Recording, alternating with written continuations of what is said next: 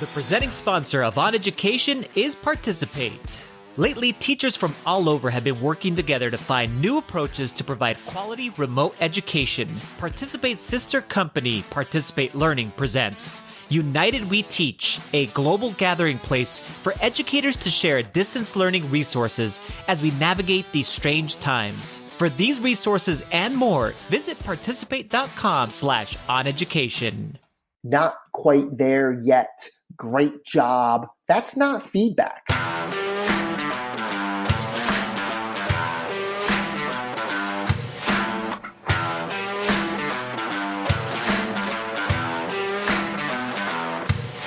Welcome back to the podcast, everyone. Eric Sheninger is an associate partner with the International Center for Leadership and Education.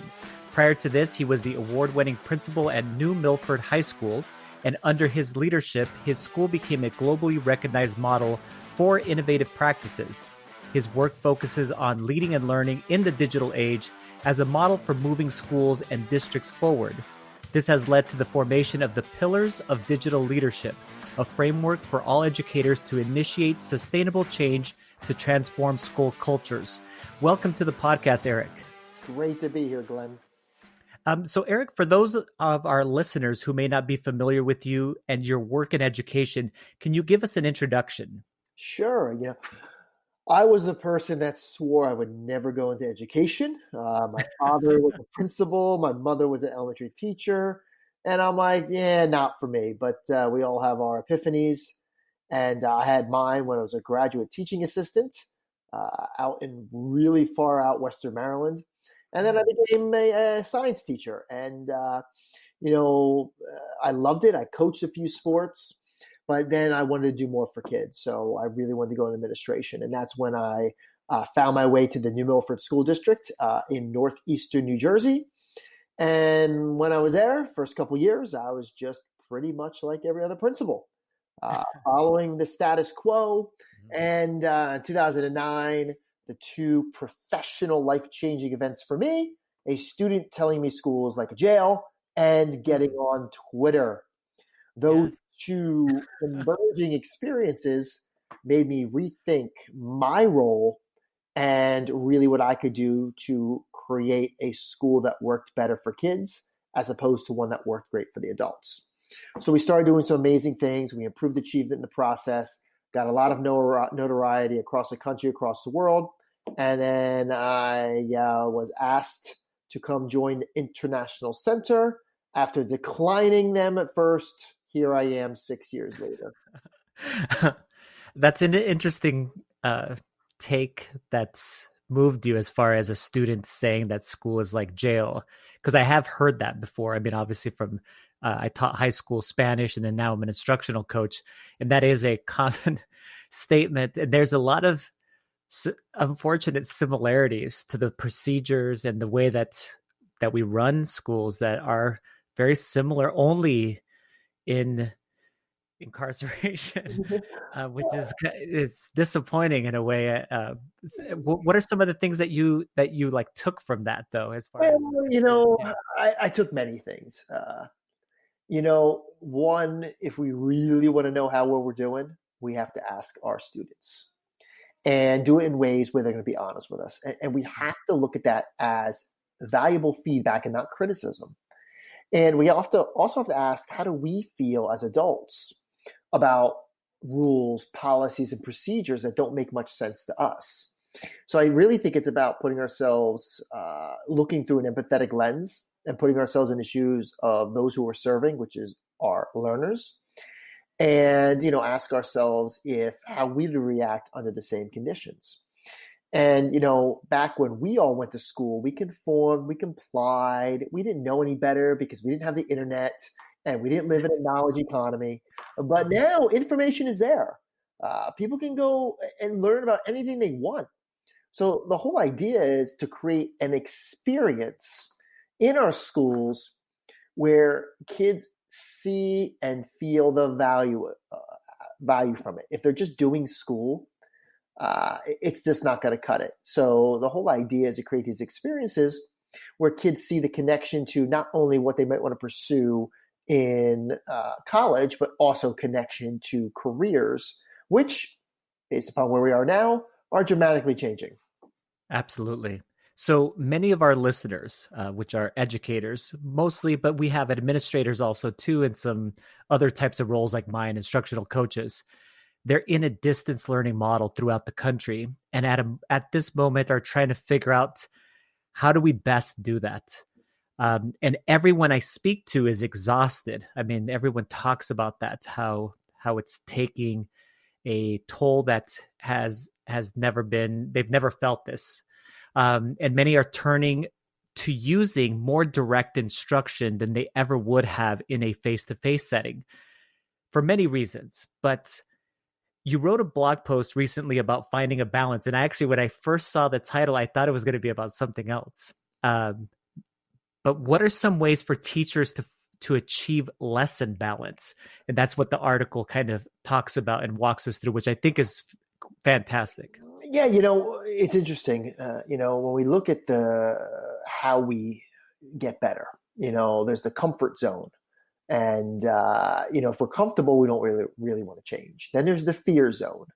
But in order to get to the learning and the growth zone, we have to first look at, are we comfortable where we are, or are we afraid of taking those risks and getting to where we might want to be? And as we think about where we are right now as a result of COVID-19, it's not comfort. Many people are afraid. And we revert back to what we are comfortable with and what we can control.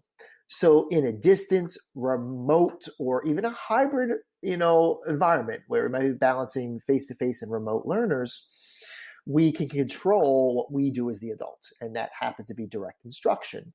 And I know full well how that is, because when I left the principalship in 2014, I was never trained to be a speaker. So I did what I was comfortable with. I spoke at people, and I thought I was good at it because people kept hiring me. And it wasn't until I got some feedback on Twitter that basically said, "You're horrible. This isn't model good pedagogy." So, and they were right. So I think when we talk about advice for teachers is you got to determine what that balance could be, because you as the adult don't like to be talked at, especially for an extended period of time. So think about how, yes, we're still going to facilitate content. I don't like the word deliver. A colleague of mine, Chris Lehman, out of the Science Leadership Academy in Pennsylvania, said, we don't deliver instruction. I mean, we don't deliver instruction. We deliver pizzas. And he's right. We got to facilitate content in ways where kids construct new knowledge, apply in ways to demonstrate thinking. So I think we start there. Let's chunk that content delivery. Let's really build in time for discourse, especially in a remote world, using breakout rooms. And now Microsoft Teams just launched them. So we have all these pathways. Get kids talking, integrate brain breaks or opportunities to move, thinking about our checks for understanding. A great way is get kids talking in breakout rooms, then do a check for understanding using Mentimeter, Padlet, Jamboard, Answer Garden. I mean, there's so many tools. And I think then, really shifting that focus on moving to more high agency approaches such as blended learning, whether we're using station rotation, choice boards, playlists, doesn't really matter, but transfer that ownership from instruction, what the teacher does, to learning, what the kids do. But I think it all comes down to time management and really looking at that block of time and thinking about how can we break this up. Mm. In your book, Digital Leadership, you write about the 7 pillars of digital leadership, which include opportunity, school environment, student learning, professional growth, branding, which is a controversial topic we talk about on the podcast often, public relations, and communications. And I have a 2-part question about this. Can you give us more details, obviously, about these 7 pillars for our listeners who are mostly educators, teachers? But I'm wondering, what role do they play in these 7 pillars? Because a lot of times educators will hear these terms, especially regarding public relations or branding specifically, I was thinking about, and they think, well, that's an administrative role, an administrative position, thing to them to take care of these things, where maybe it's not. Maybe we also play a part in that. And I think that we do, but I wanted to hear your thoughts. Oh, well, careful when you ask me, Glenn, about my thoughts because I can go on. I think we have to just look at what inhibits change. And that really is the most dangerous phrase in education. That's the way we've always done it. And when we think about change, the only group that likes change at scale are wet babies. That's about it. So as we think about, how do we not tell people what to do, but take them where they need to be, it really begins with looking at the work that we're already doing and thinking about how can we do what we already do better. And the pillars of digital leadership, don't let the word leadership fool you. Leadership isn't about title, position, or power. Leadership is about action. If it's important to you, you'll find a way. If not, you'll make an excuse. And when we think about who takes the most critical and important actions, it's not those with the title. It's not the administrators. It's the teachers that are in the trenches actually doing the work with kids. So as we think about those, let's look at our role as a classroom leader or even as an instructional leader. It doesn't really matter. When we look at number one, student outcomes, student learning, student outcomes, that's all of our responsibility. Yeah. And if we continue to do what we've always done, we'll continue to get what we've always gotten. And what we really know now that we got to use pedagogical approaches in the classroom that do two things: empower kids to think and apply their thinking in relevant and meaningful ways, both with and without technology. When we look at the learning environment, COVID-19 has put a new emphasis on the virtual learning environment. And we have to really think about how does the environment prepare kids to be competent in time management, remote collaboration, self-regulation, emotional intelligence, along with critical thinking, problem solving, and creativity. The environment is also about equity. If all kids are doing the same thing the same way at the same time, that is not equity. Equity is all kids getting what they need, when they need it, where they need it. And the key is personalization. So how do we personalize, moving from the what we teach, what's in the curriculum, to the who? Then we really look at our own growth. And are we owning our own professional learning, first and foremost? But as teachers, are we championing for job-embedded and ongoing means of support that actually provide practical strategies and feedback along the way? And then we go into the other aspects, and they really are intertwined. You won't find an effective teacher or administrator who's not an effective communicator. And in this remote world, we have to communicate more because that's the only way we can get our messages to our stakeholders. But you also mentioned the pain points of public relations and branding. Well, here's the honest truth. If you don't tell your story, someone else will. And when someone else tells your story, it's not the one you want told. In the animal kingdom, it's eat or be eaten. In the human kingdom, it's define or be defined. So you might think branding, PR is not your cup of tea. Well, guess what? If other people are writing about you, your kids, your classroom, and you're doing nothing about it, well, then we can't cry about it. Branding is here. It's not about it's not about selling. It's about telling. And finally, we think about opportunity. Opportunity is not handed to us. We have to work for it. In the words of Milton Berle, if opportunity does not knock, build a door. And how do we do that? Improve the work, share the work, and celebrate the work. Something that I think all educators can do, but that is the impetus behind the pillars of digital leadership. In my school district, we center many of our discussions around the effectiveness of feedback. And again, I read one of your recent blog posts, and it had to do with feedback. And you stated, providing regular feedback to learners might be the most critical key to engaging them. And we have found that though teachers are familiar with the concept of providing feedback, it may not actually be formative feedback. It may be one-time summative feedback, a end-of-unit test, something that's a one-time deal where you are not giving a student an opportunity to grow. What are ways that educators can ensure that they are giving that quality feedback? Great question. And I think we first have to acknowledge that formative assessment is really a pathway to give feedback. So as we think about that's a common, term in education that we are all used to. So we can start with that. And thinking about that when we're doing our formative assessments, giving kids feedback on how well they're progressing towards the stated learning goal. But, as we think about how to do it effectively, feedback is only valuable if it's delivered in a timely manner and it's practical and specific. We also have to think about how we deliver it in a positive way. So now, we can, I think the best way to do it is using digital tools. Padlet, for example, you can have threaded conversations where students, not only students, but teachers can go and comment on kids as to where they are. But when we think about that, when I work with teachers in my role, which is, I wear many hats, but in my role as a coach, I always ask teachers, well, how are you giving kids feedback? And they're like, oh, we're verbalizing it to them. Well, let's be honest. How many kids actually remember that?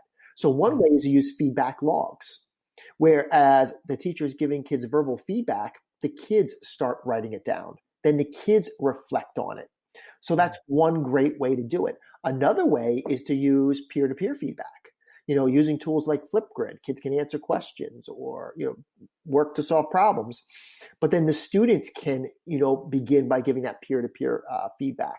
Another is to move towards more personalized approaches, such as blended learning. And whether it's station rotation, choice boards, or playlists, the whole idea is for the teacher to move away from that one-size-fits-all approach and free up time, whether it's through targeted instruction or feedback, or as kids are working on choice boards and playlists, that teacher can then pull one or two kids based on data and then really have more targeted conversations about where the learners are, but what they need to get to where they want to be. When we think about all the conversations about how feedback is timely, which it is, well, let's begin with those kids that need it the most. And not quite there yet. Great job. That's not feedback. That doesn't really align to the learning target or how kids are progressing with demonstrating a level of competency with that learning target. So we can do it with technology. We can think about how we use time, peer-to-peer interaction, so many different ways to do it. But if it's not timely, if it doesn't give students information as they're progressing, how to progress towards a learning goal, then it doesn't really matter. And it's not, we all know how we feel as adults. If we're observed or evaluated, and then the post-conference is weeks or months later, guess what? We don't care. No. Eric, how can people connect with you online, read your blog, and be able to find your books? Yeah, I'm a pretty easy person to get a hold of. You can just Google my name, Eric Sheninger, Sheninger. You'll find my website, my Amazon page. My Twitter handle is E_Sheninger. But like I said, I am not a hard person to get a hold of. But if you like Pinterest, check out my Pinterest boards because that's how I curate everything. And as of late, I've really spent a lot of time blogging about remote and hybrid learning. So you'll see all my pins, which go to my greatest hits. Well, they're not my greatest hits, but all my latest blog posts. That's awesome. Thank you so much for joining us. Thanks for having me, Glenn. Stay safe. Thanks for listening to OnEducation. My name is Glenn Irvin. My co-host is Mike Washburn.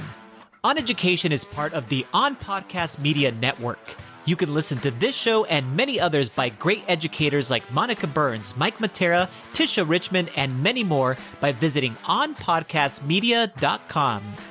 Want to get in touch with us? Check out our website, oneducationpodcast.com. You can tweet us at OnEducationPod. Mike is at Mr. Washburn on Twitter, and I can be found on Twitter at IrvSpanish. You can find us on Facebook by visiting facebook.com/OnEducationPod. We're also on Instagram at OnEducationPod. If you're enjoying the show and think others would too, we would be thrilled if you shared it with them. Please leave us a rating or review in Apple Podcasts or Google Podcasts. When you leave a rating, it gives our rankings a boost. This helps others discover the show. We want to thank our presenting sponsor, Participate, for supporting us. Check out participate.com to learn more about them. Thanks as always for listening, stay awesome, and see you soon.